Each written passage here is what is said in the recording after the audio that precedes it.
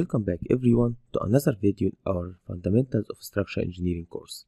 In this video, we are going to learn about fixed end moments. Fixed end moments are few equations that we can use to simply calculate the end moment at a fixed beam, as we can see here. We have a separate equation in case of uniform distributed load and another equation in case of concentrated load in the middle of the span here.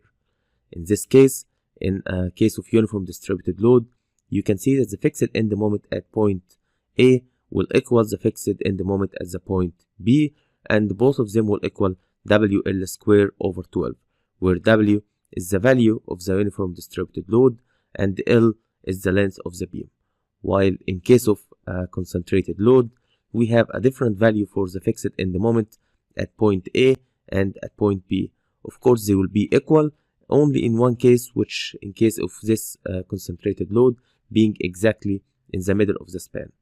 But in any other case, the fixed end moment at AB will equal P multiplied by A multiplied by B square over L square, and at point B it will equal P multiplied by A square multiplied by B all over L square.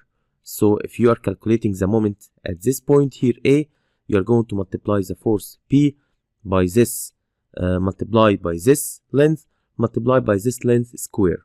So you are going to square the far distance. The same when you are going to calculate the fixed end moment at this point P, it is going to equal P multiplied by A square, which is the far distance, multiplied by B all over L square. So let's have an example on this. Here we have this simple fixed beam. It has a value of distributed load of 4 kips per feet, and we want to calculate the moment reaction at support B. The moment reaction at support B equals the moment reaction at support A, and both of them equals WL square over 12, where W equals 4 and L square equals 16 square, which is this length, over 12. It is going to equal 85.3 kip foot. So the answer is the fourth answer here. Let's have another example.